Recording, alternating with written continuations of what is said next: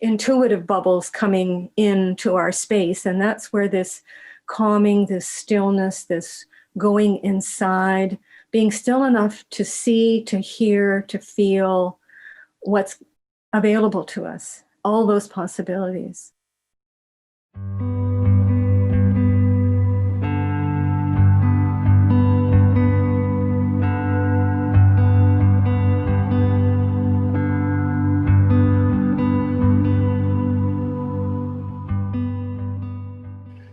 Well, a warm water welcome to you all listening live right now and anyone who listens to this recording in the future. You might be a track pilot, a paddler, an experienced adventure guide, or a beginner, and it's all new for you.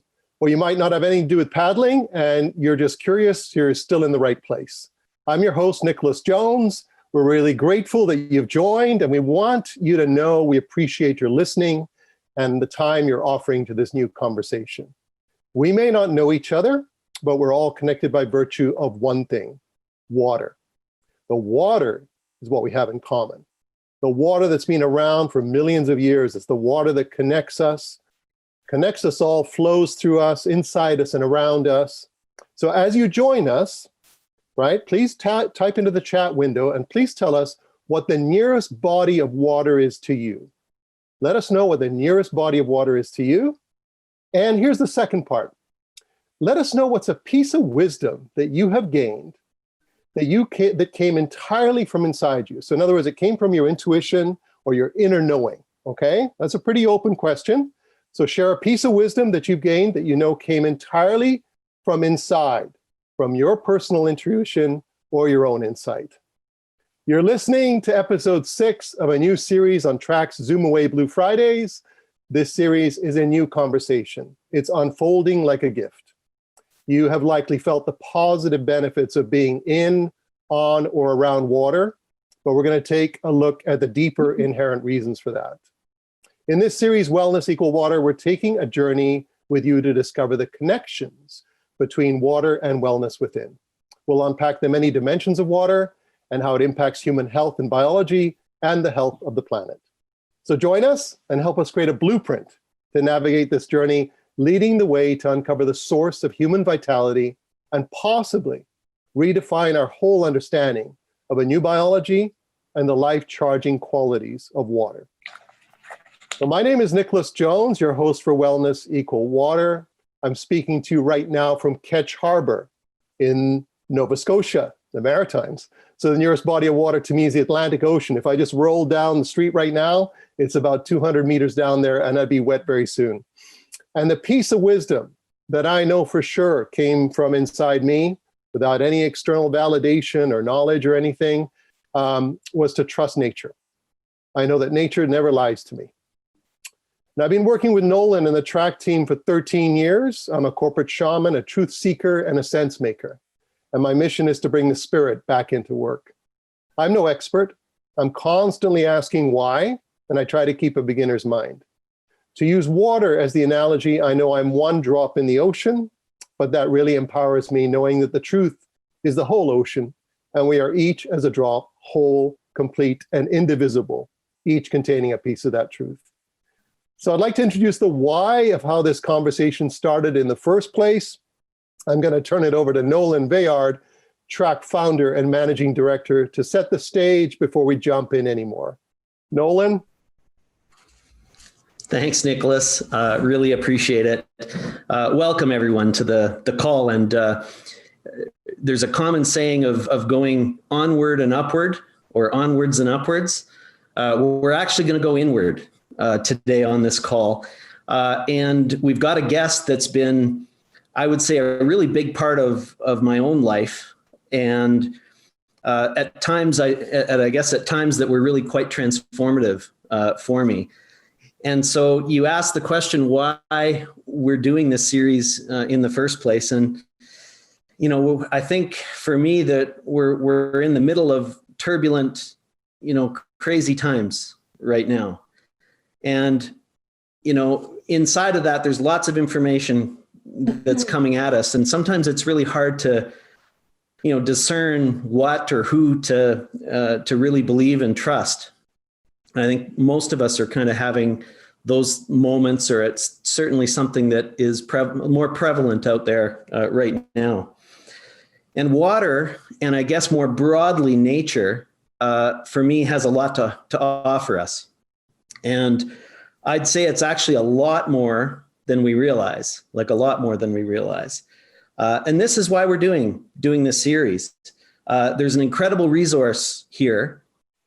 And I'd say as a sea kayak company, we've felt and kind of understood the power of water. We hear it from our customers and we understand it. We've been sort of privy to that for quite some time. And so we want to share this with you, and so you can find ways to feel more connected, connected through water and through our natural world.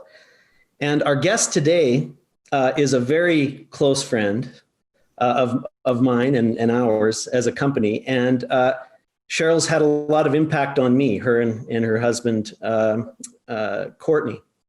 And she's also dedicated, a little bit about Cheryl is she's dedicated much of her life to being in service and being a caretaker.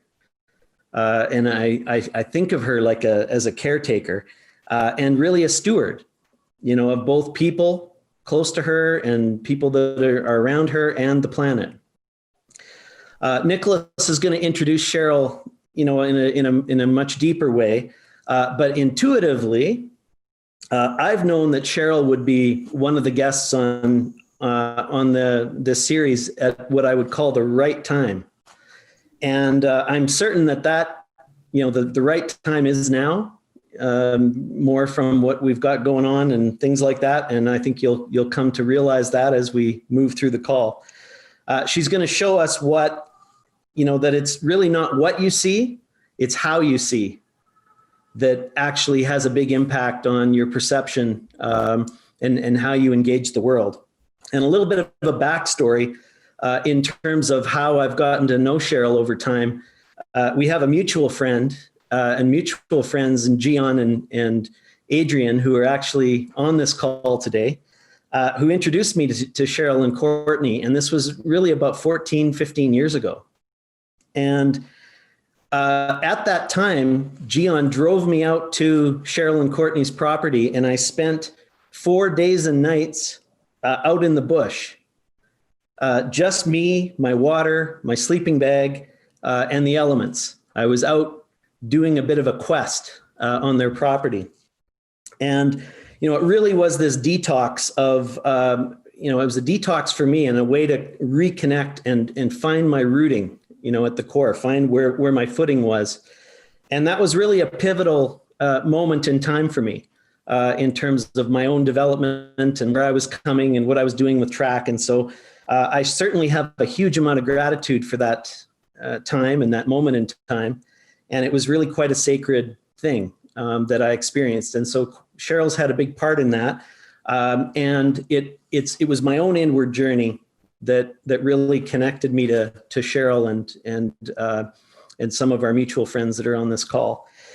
So let's go inward and kick it off and let Cheryl, take us on the journey. Awesome, Nolan. Thank you so much. And Cheryl, we're gonna circle back and introduce you properly in just a minute, okay? I just want to set up the call for everybody so they know how long it is and what we're going to be doing as a Q&A at the end of it. So thank you so much, Nolan. And also thank you so much for the, the trust that you put into the course of the river that is this conversation, right? It's not common for the corporate mindset, shall we say, to allow for that kind of uncertainty sometimes, but it's getting us there. So this conversation is going to be about 45 minutes long, followed by a 15-minute Q&A. We've never really done for 45 minutes, but we're going to try for that. And we don't want these conversations to be overly structured and controlled. So even though there's going to be a presentation in this conversation, it's going to flow like a strong, mature river. So hang in there with us. It's intentional, but it might meander. It still gets to the ocean. We just ask that you flow with us. Mm-hmm. So our chat window is managed by Curtis. So if you please add any comments, questions, or share a story in the chat box. And when we get to the Q&A at the end, we'll circle back to that. To keep our sound quality as good as possible, we've muted everybody. If you've joined, please mute yourself. and we'll unmute you when the Q&A opens up. So I just want to kick this off by acknowledging that we're about 70% water. The Earth is about the same, 70% water. And we're going to be talking mostly about water here. So to date in this series, we've learned that water whispers to your mind and shifts your moods. It has an innate intelligence and can paint pictures when it freezes in order to communicate with us. We learned about resilience and persistence in a ballad about water and rock from an absolutely inspiring adventurer. We heard how through an intimate relationship with water over time, we experience a truly transformative personal shift in our wellness. And in our last episode, we were illuminated about the relationship between light and water by the wisdom from an environmental health expert and a biophysicist engaged in quantum biology. That was just the first 5 episodes. So in summary, know your water, know yourself. You were born in water, you cannot live without water, and if we move beyond just managing it or using it as a resource, there's a boundless gift available. So let's jump into the deep end. I'd like to introduce Sherrill Miller. She's a longtime friend of Track and an inspirational artist and writer. Along with her late husband and world-renowned nature photographer, Courtney Milne, the two traveled the world over and published notable photography books. We're talking big books here, such as The Sacred Earth, Spirit of the Land, Visions of the Goddess, and more recently, the Pool of Possibilities Project. Cheryl is also a guide, but a very different kind of guide. If you're a paddler or even an outdoor enthusiast of any kind, you'll be familiar with the term guide. It's a person who shows you the way, shows the way to others. We usually think of this in physical terms, like navigating a complex, broken coastline or finding a hidden trail through the forest. But Cheryl guides individuals and groups beyond just understanding the world through knowledge and information to interacting from a place of wisdom and knowing that is experienced beyond rational understanding. You might say she's a guide for our unconsciousness and our consciousness, thinking, showing us a new way to experience or engage with the world. And you could think of this episode as a guidebook. So Cheryl blends symbolic, artistic, psychological, and spiritual concepts. And we're in for a treat today because she will be, guiding us. On behalf of the global Track community, we're delighted and grateful to welcome Cheryl to join us now. Welcome, Cheryl. Thank you, Nicholas. How are you? Nolan. I see you've got some people in the waiting room, Nicholas. Oh, well done. I think we'll bring them in. I got very excited about introducing you. And we want them all to do that. I'm just going to comment on a couple of things that both of you said. You said water paints pictures of itself. It reminds me of the wonderful slot canyons in Arizona, Antelope Canyon, and the Navajo name for those slot canyons that are curvilinear and the most incredible colors is where water paints pictures of itself. I won't attempt the Navajo name, it's a little too hard. But also in terms of, you talked about this river of conversation that you've been on, and I'm going to add a little bit there too, that it's a river of conversation and a river of consciousness. And we're going to be doing a little bit of meandering, as you say, maybe around some boulders, maybe deep diving a bit, and maybe running a few rapids with some of the comments I'm going to make today. Let's just see what happens. So am I okay then? I'll do my screen sharing and we're gonna start with a question, Cheryl. So I want to ask you. That was that easy, right? You would just jump in. Okay. I want to go. I think everybody wants to know, what's the nearest body of water to you? Oh, right. I forgot that. I'm across the street about 100 feet from Ross Bay, which is part of the Strait of Juan de Fuca in Victoria. Fantastic. Yeah. And you know what, because we asked this question of everybody else, we're going to ask this question of you as well. What's that piece of wisdom that stands out right now that you gained, that you know came entirely from personal intuition? And this is tricky for people to answer, I know, because there's so many influences on life. We're waking consciousness, we're sleeping consciousness, right? But what's something that comes to mind that just popped into you out of your personal intuition and your inner knowing? You know, I don't know if I could just take all the credit for it. I think the thing that I keep reminding myself of is the unseen world, that it's right there and I can tap into it. I can tune into it in so many different ways. Yeah. And the other thing that I wanted to just say too was that, someone recently said, this world is in turmoil, we're in chaos, which is true at a certain level. But the flip side of that is that this is an awakening, and we can all jump into that as well in whatever way that works for us. Mm-hmm. I love that. But so Cheryl, you're about to share something with us I think is going to be really valuable for everybody. But I would like to preface it by just checking in on the Genesis story. I'd love to know, okay, how you got started on this journey, right? If we're on a river and you've joined us, where did yours begin? Like, why do you do this? I mean, what's behind the why of what you're doing this? Oh, that could be a long story, Nicholas. I mean, I was... Give us a little stream of it. Well, in 30 years ago, Courtney and I met, and I jumped in then into what was billed as his work, traveling the world, photographing sacred sites. I was right there alongside him. I helped with the writing. I didn't take the photographs, of course, but, it came to the point where years and years of working together on that, I would be sitting, for example, I would be doing some writing and planning a commentary in a book, for example. And I'd be sitting there and think, oh, I know the image that goes with that. I'd go upstairs and Courtney would be working with his image. And I said, can you find that one? Da, da, da, da, da, da. And he said, yeah, that's right. That's what does portray this. So, I've been doing this for a long time, and I continue to do it because somehow it's become part of my psyche. It's also an acknowledgement for Courtney's work. You're going to be seeing all his images today. And I do hope most people are on computers, not on the images in full screen. But yeah, I just find more and more, I'm tuning in through this beauty around me. And what was it Dostoevsky said, beauty will save the world? I guess that's what I'm hoping to do. Yeah. Oh, lovely, Cheryl. Thank you so much.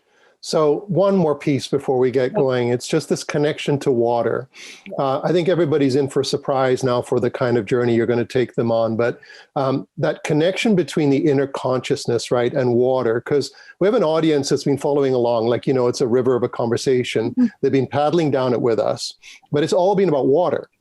So before we jump into the journey, I want to open this up. We're going to kind of dovetail and come back to it later after your presentation. But just to open it up, what do you see as the connection between this series about water, right? About wellness and water, and what you're about to share with us? Give them a jumping off point. Okay, I'm going to turn to mythology again, which I often do, the symbolic. And many of you will remember the story of Narcissus, who was the son of the river god. And he was a very handsome young man. And he looked at one point into a body of water and saw his face, and he fell in love with himself. And when you started this, and of course, that's where the word narcissistic behavior comes from, when we become too self-absorbed in ourselves. But, I realized when you started this first series, I thought, you asked then, what do you know about water? Or what does water mean to you? And I realized, water is the only element that not only reflects us to ourselves, but it also reflects the world to us. And that is what dovetails so beautifully, I think, with a lot of the images you're going to see. Many are not going to be water, but it's a way of turning to the world to reflect us to ourselves as well. Wonderful, wonderful. So aside from finding the biggest screen they can find right now, because it's going to be worth it, right? So if anybody's listening to this as a recording, stop on your phone and get yourself onto a big laptop, or better yet, explode it onto the wall with a big flat screen monitor or something, right? Yeah. So that'll definitely do it justice. Is there anything else that we need to do to be prepared for this journey? Do I need any kind of special suit or anything? No, you just need to tune in, relax, and enjoy whatever half an hour of beautiful images. And I had someone tell me once, I was presenting to a group of widows, actually, many of whom were in grief. And a woman came up to me after and she said, I don't know if I'll remember a word you said, but I can't believe how healing it was to look at beauty for an hour. And so I always carry that with me too. Just enjoy the beauty that you see and whatever it means to you. Thank you, Cheryl. All yours. I think we're ready to jump in. Okay, now we get to see if I can actually screen share. Here goes. There we go. All right, so landscapes of consciousness. This is a portrait of how we see the world. It can show us why and how we choose to look at the world around us, what we're drawn to focus on, and what we end up seeing, and what it means in the context of our life at the moment.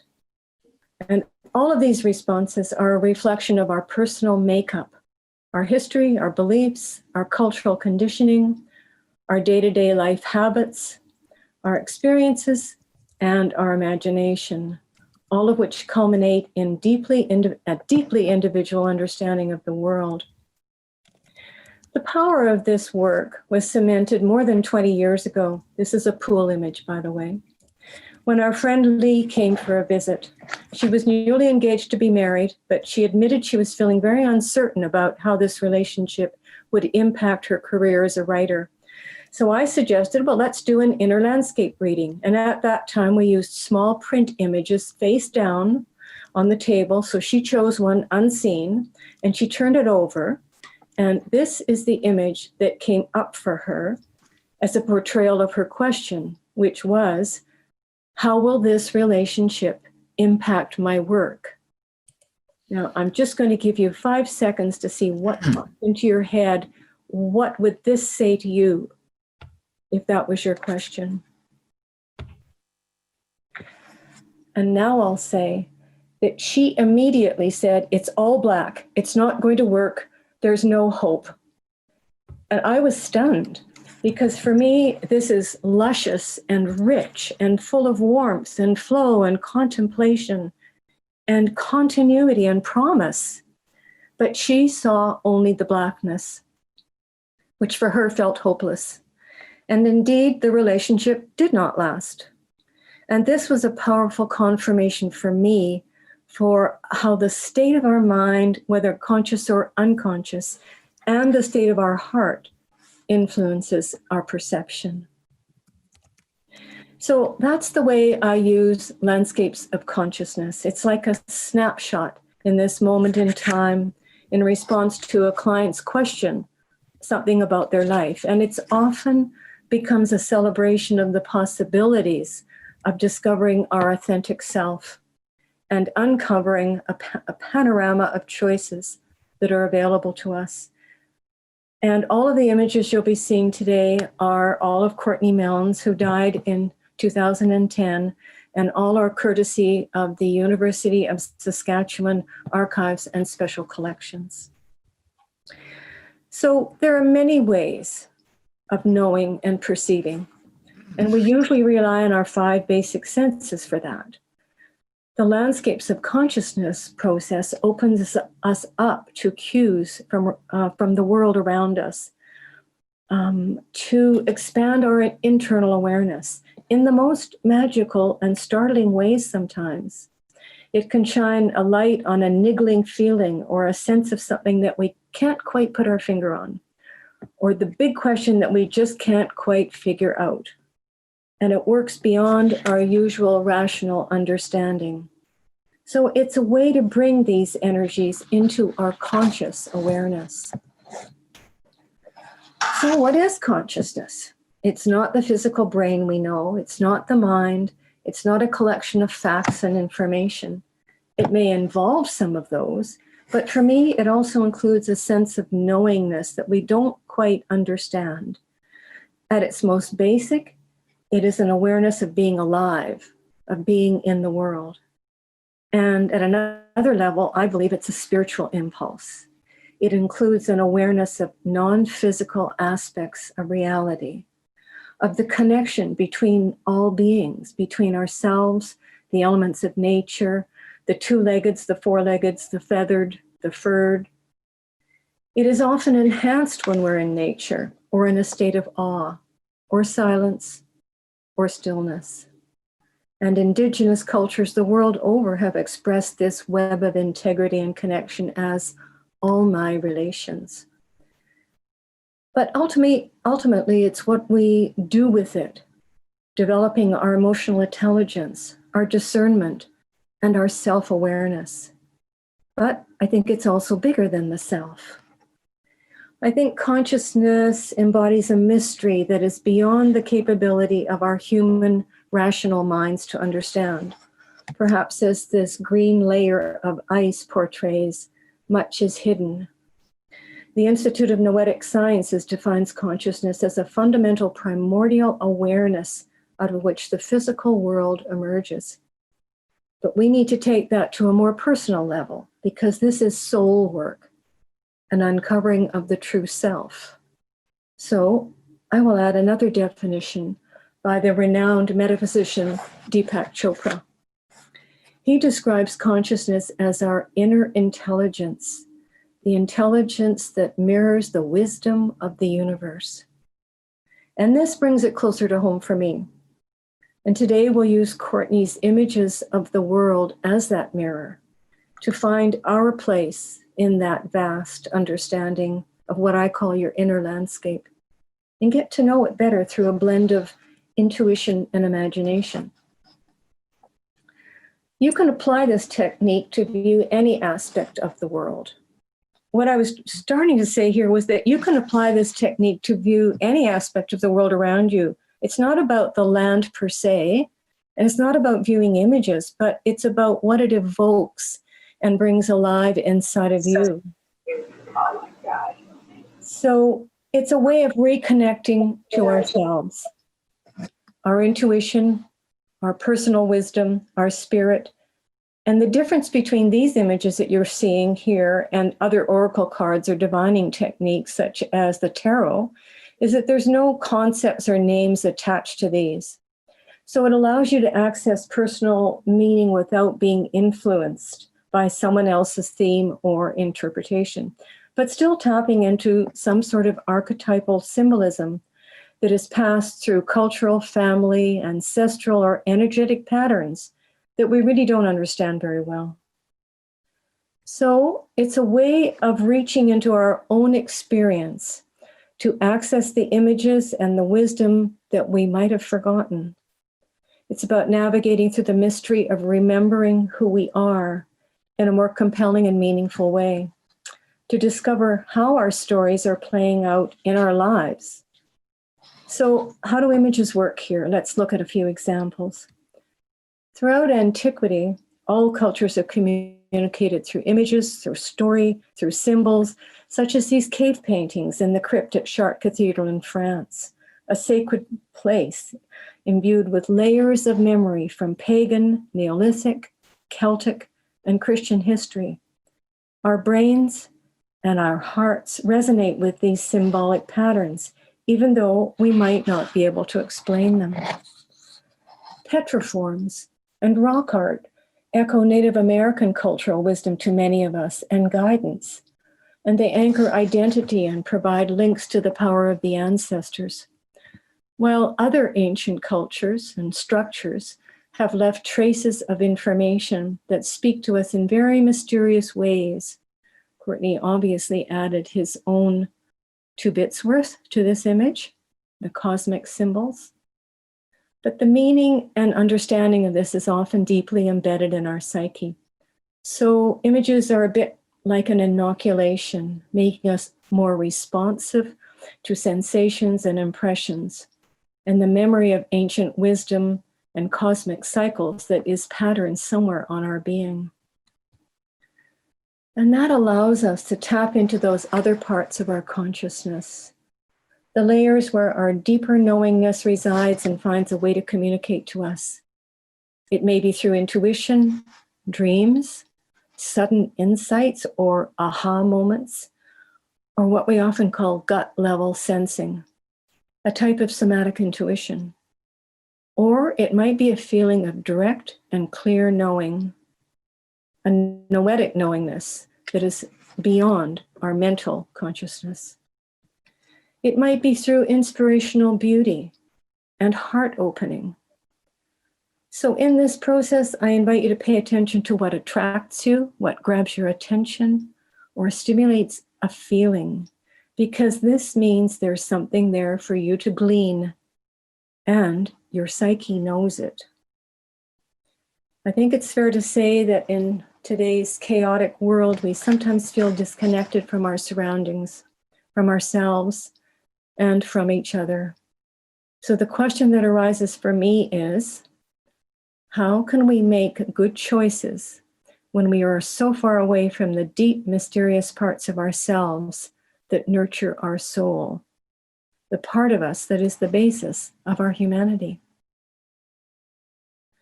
So Landscapes of Consciousness is a tool to deepen our awareness of these internal knowings.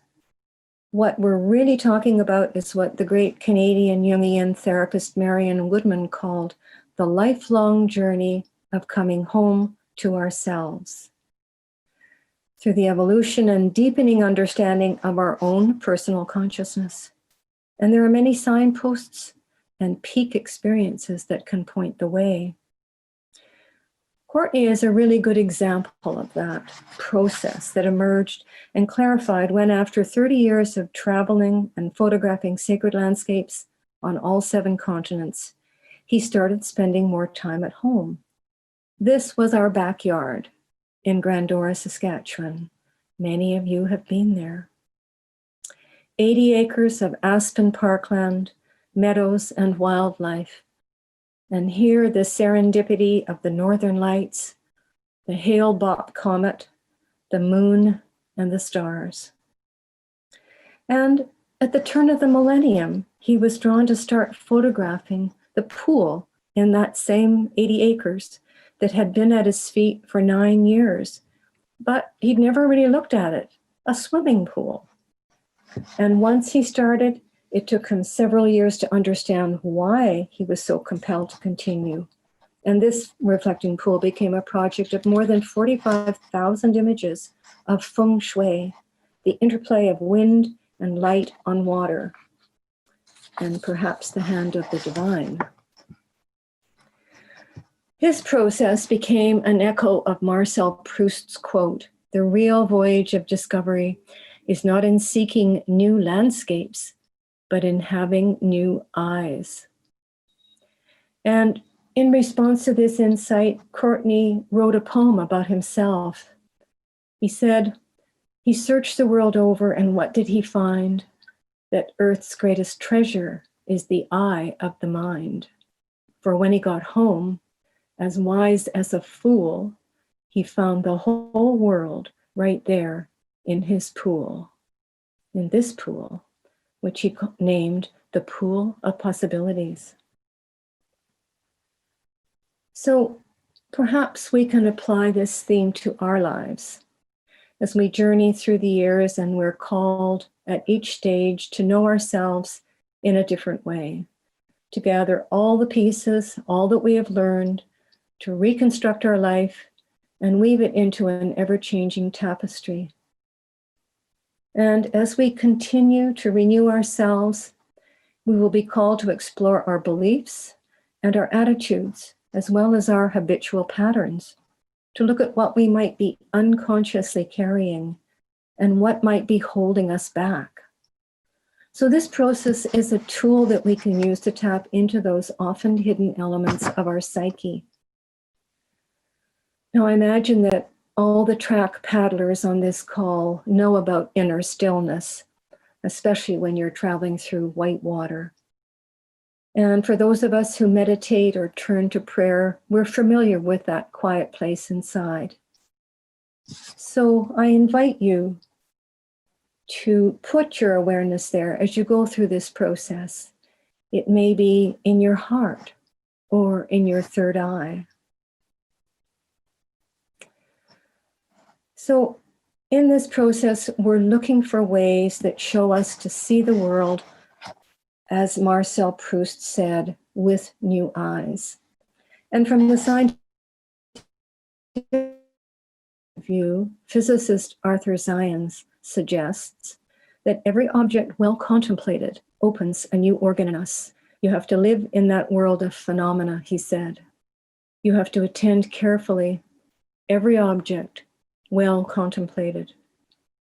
Attended to over time, repeatedly, changes who you are, to the point where you begin to see things that you didn't see originally, and perhaps which no one before you has seen. And I don't believe anybody other than Courtney has ever seen a swimming pool look like this. John O'Donohue, one of my favorite Celtic philosophers and theologians, repeated this theme in a rather poetic way when he said, "We need to find the ancient life within us as inheritors of the mystery of the world." The intention of the human journey, he said, is to know your own inner country, your inner landscape. O'Donohue also said, through the visible, we find our direction. It brings the world to us. But at the heart of the visible is the shoreline of the invisible. And for this, we need the soul, which is our GPS, the soul that animates our consciousness. And he said, the eye of the soul is the heart of your memory, often deeply embedded, but still accessible. The renowned Canadian painter, Emily Carr, also identified this same threshold between the visible and the invisible, inviting us to explore what she called the tremendous elsewhere that lies behind, which I think is echoed here by Courtney in this selective focus photograph of a forest of light. O'Donohue also suggests that we turn to poetry or scripture or the mystical, or perhaps the child within, to find the vital words that inhabit what he called this unseen threshold of the unsayable, to find the words that can mirror our own uniqueness. He called this our relentless originality. I love that term.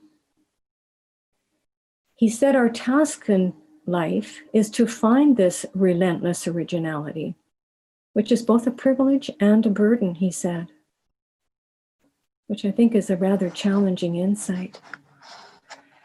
And we're going to use some images to prompt that knowing. We know from physics that darkness contains all the colors. When we see something as black, all color has been absorbed. No light is emitted. When we see colors, John O'Donohue says rather poetically, they are rejected by the blackness. So every brightness comes from the darkness. So perhaps this is a signpost for us that whatever your eye is drawn to, there is a learning there for you. Whatever you notice may hold some meaning to you. The ophthalmologist, Dr. Jacob Lieberman, suggests that we consider the possibility that light grabs your eye, creating a moment of oneness and clarity. And in this way, awareness is looking for us. That life, in the form of light, brings us the experiences we need, and it often comes when we're not looking for it. So the question is, how can we use this awareness, this yearning for wisdom, this threshold that we are teetering on, the knowingness that we have inside, how can we use it in our lives today? T.S. Eliot, the poet, echoes this in his poem, The Rock, when he asks, where is the wisdom we have lost in knowledge? Where is the knowledge we have lost in information? Just look at how our IT world captures us. So let's look at a few examples of how this might work. I'm just going to leave this for a moment and ask you once again to say to yourself, what is your first response to this image? A feeling, a word, a thought.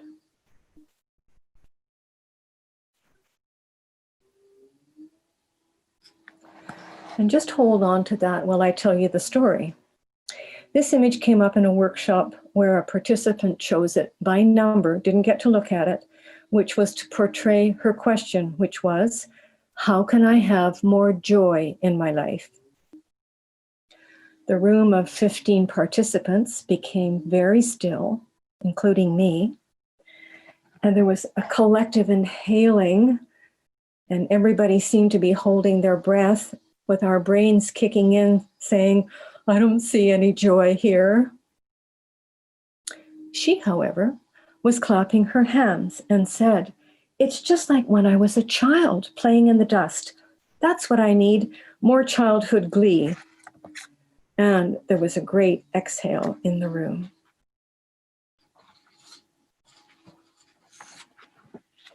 In this next image, the woman's question was, how can I find more meaning in my life, in my work, actually? And as she contemplated this, she said, you know, I'm always looking for something more. The grass is always greener on the other side. And yes, here, the other side, that vibrant background color draws me. It's beautiful. But I realize it's out of focus compared to the leaves that are right in front of me. They are tangible. They're touching the water. They're making a ripple. And this tells me that I can also create more of a ripple effect with my work. Great insight. She went on to explore color and her connectedness to flowers and her ability to focus and her need for perfection and novelty. All of the things that were mirrored here in this image for her. And one more. This person's question was, how can I connect with a deeper part of myself and let it emerge in my writing? She immediately said when she saw this image, I hate this color. That's such an ugly line. And she was really forceful and angry that this was the image that came up for her. She said, what is this? The creatures are pathetic. There's broken bits and there's missing bits.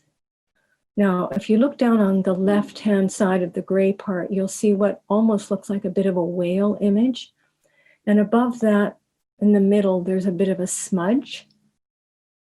And what she saw here was the shoulders and the back of the head of a child. And she said, I hope you can all see that. She said, this indicates how I turn my back on things and put on a happy face. So she was really recognizing how she shut down her feelings. She says, it's a really interesting picture because it's multi-layered. At first, I only saw the surface, and I was always taught to be so conscious of the surface, the superficial. I was never taught to look deeper, she said. It makes me feel sad for what I missed out on. And then she said, that orange color is so definite. It's like the line is drawn here, and I can't get into this unpleasant place. She kept on looking at it, and she decided that she saw the child as walking away from her into the image, but wondered, is she going into or through the chaos? What she saw is the chaos of all those bits. So there's a couple examples of how I work with images, and this is the structure that I usually use. And I'll just quickly identify. I usually use 7 images. I get people choose them, not looking at them by number. The first one is a reflection on what the question is that they brought to the session. And it's often questions of how can I move forward in my life? How can I have a better relationship with a such and so? What am I really meant to be doing? Those kinds of big questions. So the first one is about looking at that part of the question. The second one is, what are you carrying from your history that impacts the question? The third image of, why has this question surfaced now? What's precipitating it? The fourth has to do with consciousness, whether that be spiritual or psychological, and the issues around that. The fifth is something to do with earthly images, which to me means related to your physical place in the world. What issues about the question help you feel safe and grounded or at home and secure? And then going on from there, the last two images, the sixth one, something to do with what is the pathway in the answer to my question? What threshold needs to be crossed, or what alchemy is needed?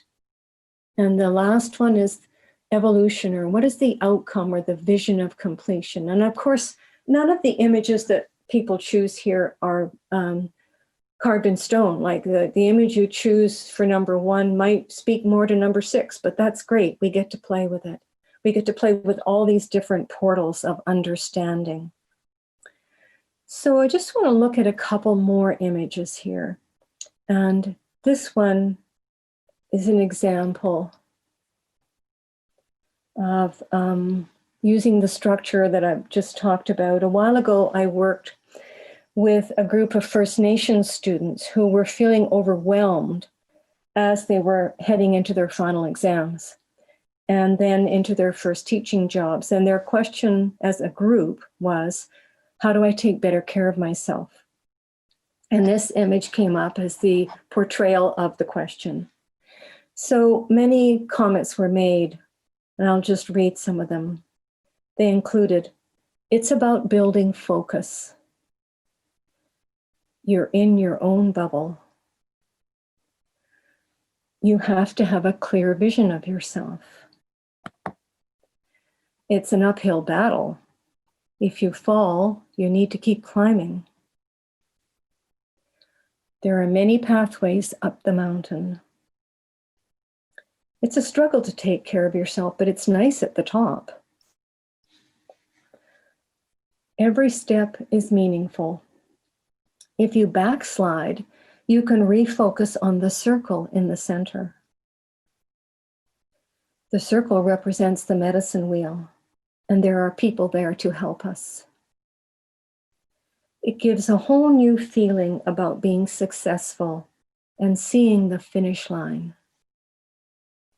And one young woman said, I never felt celebrated for any of my accomplishments, but this makes me feel celebrated. Very powerful group. The next image that they came up with, this is the past position. So what beliefs or attitudes or family, cultural understandings are brought forward that are impacting this question of how can I take better care of myself? Now, Courtney called this image the seeker. And as many of you know, he was very positive about everything in the world. He saw it as a man finding his place in the world, looking at his castle in the sky, that form up there on the top right. However, the immediate response from someone in this group was, that's a priest and a residential school. I, needless to say, was startled, shocked actually. Somebody else said, when they saw that brown head in the middle above that kind of line, he said, that brown head is full of worries and fears. One student said, yeah, it's full of shit, excuse the word. But another said, you know what? This image tells me I don't need to have these worries. Another person said, it's about keeping my head above water. Some saw the ghostly elements. If you look below that line, you'll see all sorts of faces and creatures and shapes there. Some saw those as spirit guides and the ancestors. Something from the past that they could rest on. One person saw the white snow down there in the right-hand corner as giving a sense of hope and of history dissolving away. And another said, beauty redeems past hurts. It's an opportunity to make new choices. So this shows how contrary responses can be depending on your inner landscape and your history, what you bring to the question. And in addition to initial responses of feeling and reaction insight, there are many themes and sub-themes we could explore. And Nicholas, I wonder, may I take another 5 minutes? I'm going to flip through some images. I won't do the whole thing. Are we okay with that? Absolutely, Cheryl. Okay. I think we're enthralled. Well, you can have the whole thing if you want, but that would be more like 10. I think we'll skip a few. It's a little bit long, maybe. We'll So trust your intuition. Okay, that's my intuition. I'm going to cherry pick a bit here. More examples of how you might use images. So I'm just going to, you get to see all the images. So looking at some of the elements of what we might see in a landscape in this image in particular, they can be really evocative. And I have found I just can't make up these responses. People see the most amazing things. So texture and shape might be really evocative for you. Some might see these hoodoos at Bryce Canyon as a fantasy land to explore, with that golden castle up there on the top left. Others often feel lost amidst what they see as ominous spirits lurking in the sharp projections of these hoodoos. And in fact, the Paiute Indians said that these pinnacles were the legend people turned to stone by the coyote trickster. This is also a good example of where I might use point of view. I might say, well, where are you in this landscape? Are you frolicking through the snow? Where do you want to go? And do you see a path to get there? Are you excited about it? Or does it feel daunting? What might be there for you? And of course, all of the questions and answers actually are in context of whatever question the person has brought to the session. Another question might be, are you on the outside looking in? And if so, does this reflect a theme in your life? Do you sometimes or always feel on the outside, not engaged in the world around you, or feeling like you don't belong?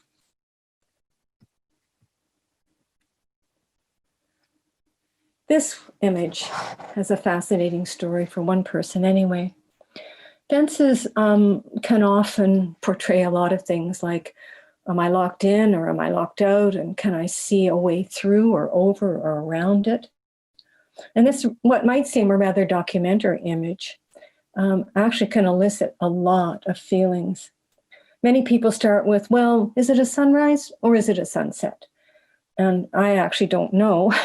And it doesn't really matter whether I knew or not, because it's really up to what they see. Is it if it's a sunrise, perhaps it's new beginnings for them. If it's a sunset, maybe it's about endings and nightfall. And what does that mean to their question? And then I often ask, well, where are you in this image? Which side of the fence are you on? And do you want to get to the other side? And how would you get there? Over? Through? Around it? One client that I worked with was questioning how to find a better balance in her life while trying to manage a long-distance relationship. And this image came up in what I called the precipitating events, like, why is it coming up now, this question? Well, where are you in this picture? And out of her mouth popped, I'm on the fence. And we looked at each other, recognizing how potentially profound that statement was in terms of her question. And I asked, well, how's the view from up there? And she said, well, I can look both ways. It feels secure. I've got something to hang on to when the wind picks up, which it looks like it's going to do. And that represents my resilience, she said. I don't want to be a fence sitter, but I may have to stay here a while. And the clouds may be stormy up here, but I feel absolute potential in this sky. What an expansion from, is it sunrise or sunset, which also might apply. So this on the fence metaphor for her was a big turning point in how she could live with more balance and patience as they sorted out their living situation. Now I'm going to try to skip forward. We're going to go over that one, and we're going to come to this water image, track water. So water symbolically is often about emotions and flow or cleansing in our lives. But the shape, and this shape of this wave often evokes a sense of wonder and awe. And maybe it says also something about timing. Courtney spent many days there to get this wave image. This is in Hawaii. And maybe it says something about your question about being ready and alert and on the spot to be able to capture what is happening in your life, to see the opportunities. But, you know, we also know that there's something underneath here, likely causing some chaos below, so that the water breaks on probably a hidden rock to produce this beauty. So maybe it's about being wary of the unseen, or to question what's beneath surface beauty. Or conversely, maybe it's about beauty emerging from deep within. Might depend on your question. This water has a very soft, sensuous flow. It's like liquid velvet. And I might ask, have you found that luscious place inside of you? Are you resisting its flow, or can you allow it to cradle or envelop you? And we're skipping a couple now. Mountains. In many traditions, mountains are a place of spiritual initiation. For some, they might be an obstacle. They might feel daunting and unattainable. To others, they might be a symbol of achievement, a peak experience, a challenge, an invitation to go to the top. Are you curious about the view from the top, or to see what's on the other side? Might depend on your question. This version of mountain and valley might offer a sense of safety and protection and shelter, kind of a homecoming. To others, it might feel claustrophobic and broken down, desolate, barren, crumbling. And then I would ask, is there a part of you that is disintegrating, or something old that you need to shed? Alternatively, this valley, this lush valley landscape, this for most people feels very nourishing and leaves us with a sense of yearning for such a greening and life-enhancing place in our lives. Couldn't we all just sit right there, be right there? So I'm going to skip forward again, and you get to look at the images while I jump.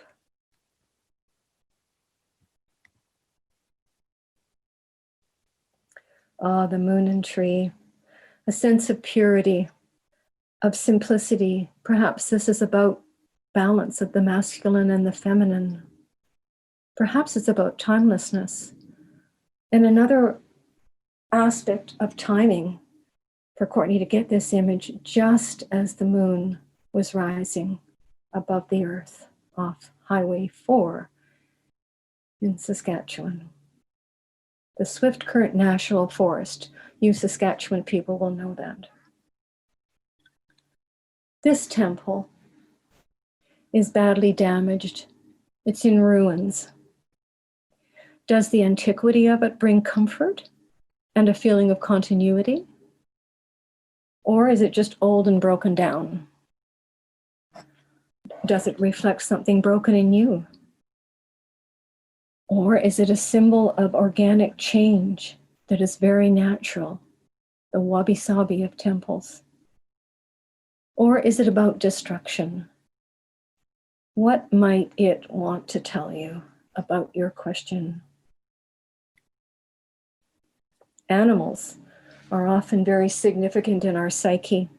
The bison might be a symbol of the past, of strength, reliance, nobility, and power, of survival in arduous conditions.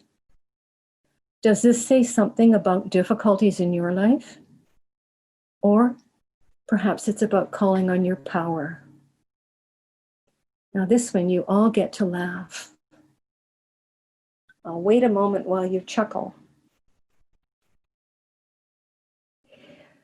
So what does this say? What would it say in terms of a question in your life? Is it about mother love? Is it about discipline? Perhaps it's about keeping your place. Or maybe it's about being in the wrong place at the wrong time. Maybe it's about getting out of the way of something in your life. Perhaps it's about independence. Perhaps it's about discernment or making good decisions. So, landscapes of consciousness is about witnessing, observing, listening deep inside, allowing and discerning feelings, being adventurous, surrendering to the moment, and as Arthur Zion said, seeing things you didn't see originally, and perhaps which no one before you has seen. And finally, it's about opening in an elegant way to self-exploration and new ways of looking at the world, seeing with new eyes, delving into layers of awareness that might open the full story of our lives as we listen to what pops out of our mouth and into our mind. U Thant, the former Secretary General of the United Nations, invited his colleagues to develop the art of what he called listening below the facts. And Mark Nepo, the author of 7,000 Ways to Listen, reminds us there is a sliver of beginning in each of us. We need to lean in softly with a willingness to be changed by what we hear. And I would add, what we see. And finally, I give the final word, the last word, to the poet Rilke, who says, "Work of the eyes is done. Now, go and do heart work on all the images imprisoned within you." And I wish you many blessings and a graceful journey as you enter into exploring your inner landscape. Wow, I have to take a breath now, Cheryl. Okay, now I have to, yeah, okay. That was amazing. And, back on. So, just breathe it in, folks.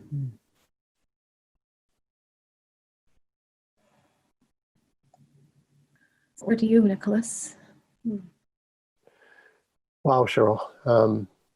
Thank you so much. That was, it was rich of thousands and thousands of hours, you know, like as I was experiencing this tapestry unfolding. You know, you mentioned earlier when we started that there was a lifetime of traveling and photography and imagery, and there's a huge gravity in all those images that came across, you know, like a gift that can't get created overnight.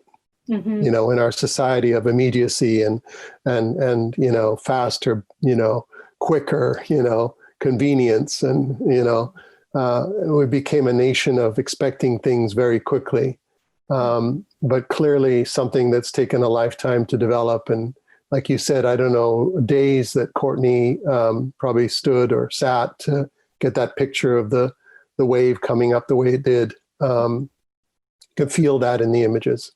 Yeah. Can really feel that. He had great patience. Mm. Yeah. Yeah.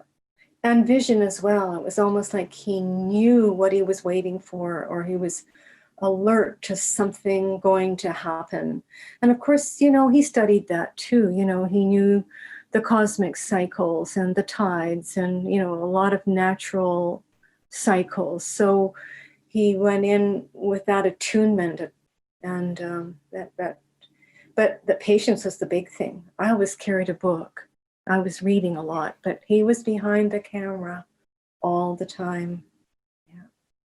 Well, but you were behind Courtney. So we are, we are relishing your witnessing and your action now to bring forth this gift, like it was almost like a building, nurturing, and then release energy in your relationship. And that, sure, Courtney was out there maybe in all kinds of conditions and, by his pool, but what we feel now is your capacity to collect it, and now as a bowl of water, right?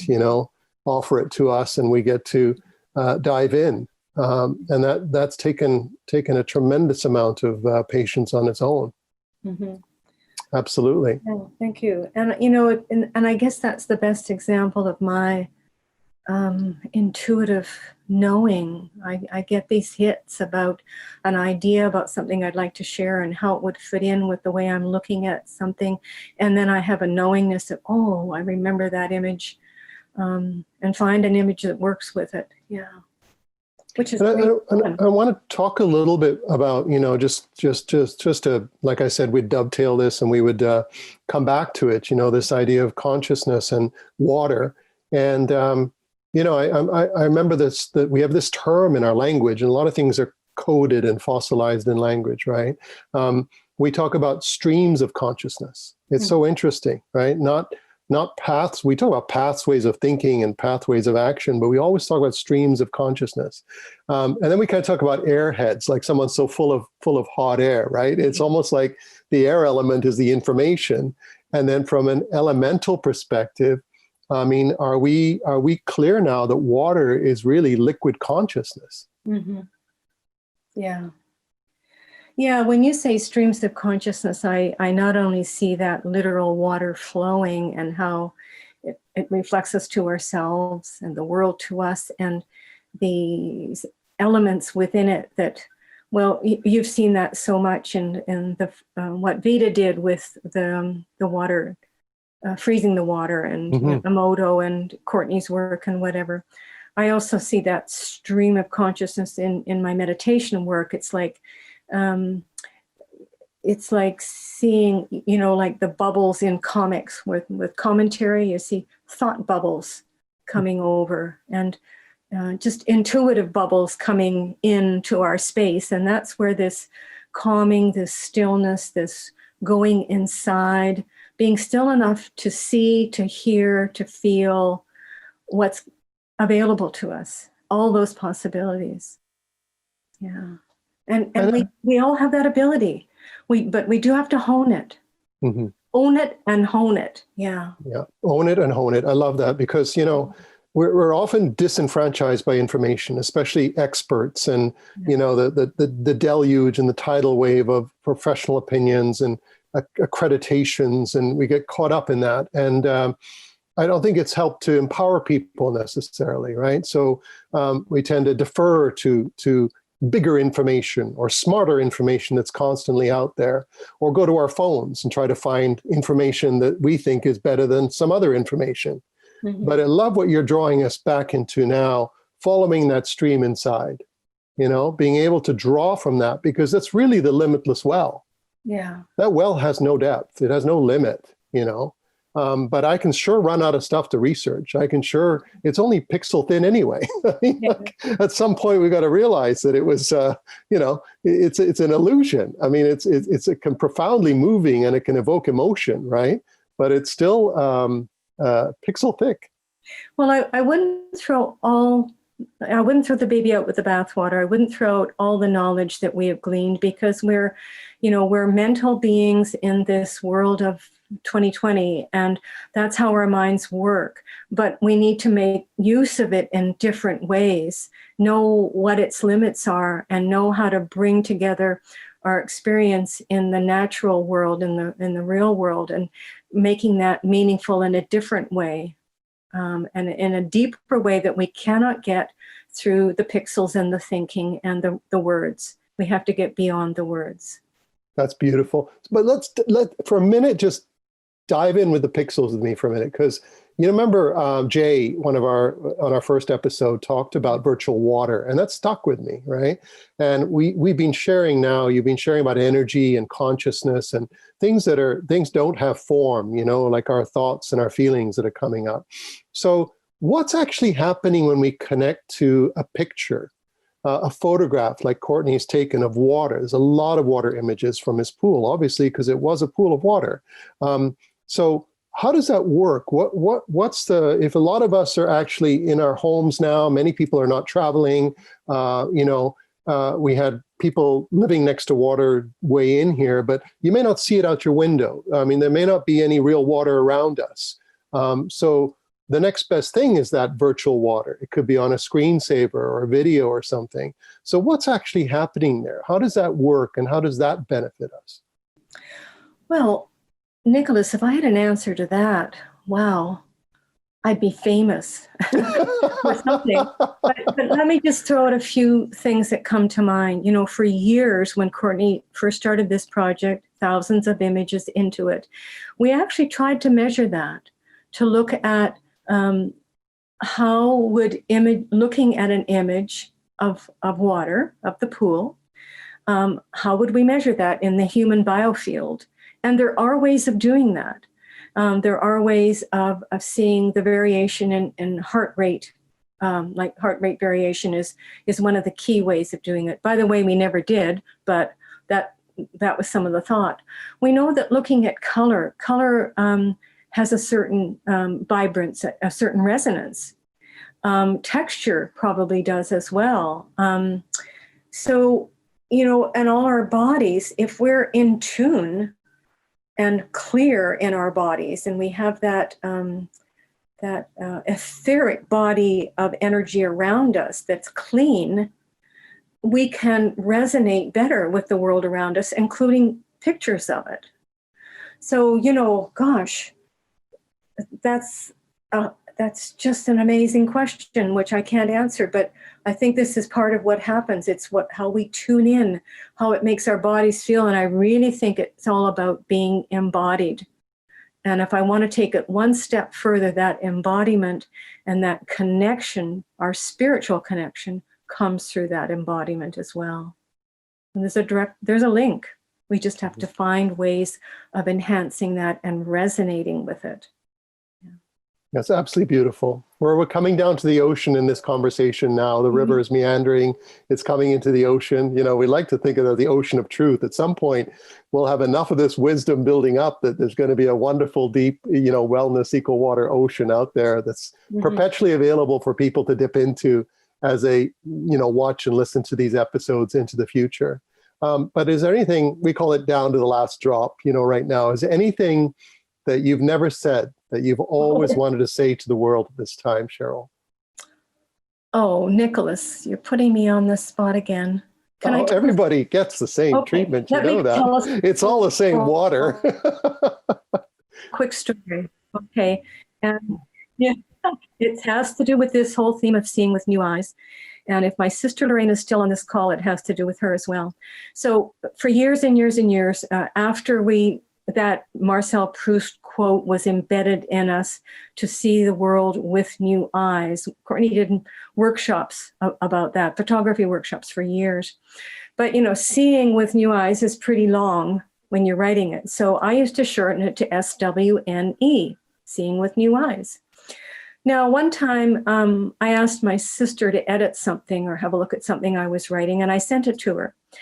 And she wrote back and she said, well, what do you mean by this swoon? She said she thought it was a typo, swoon. And I thought, oh, how fantastic. That's exactly what I'm talking about.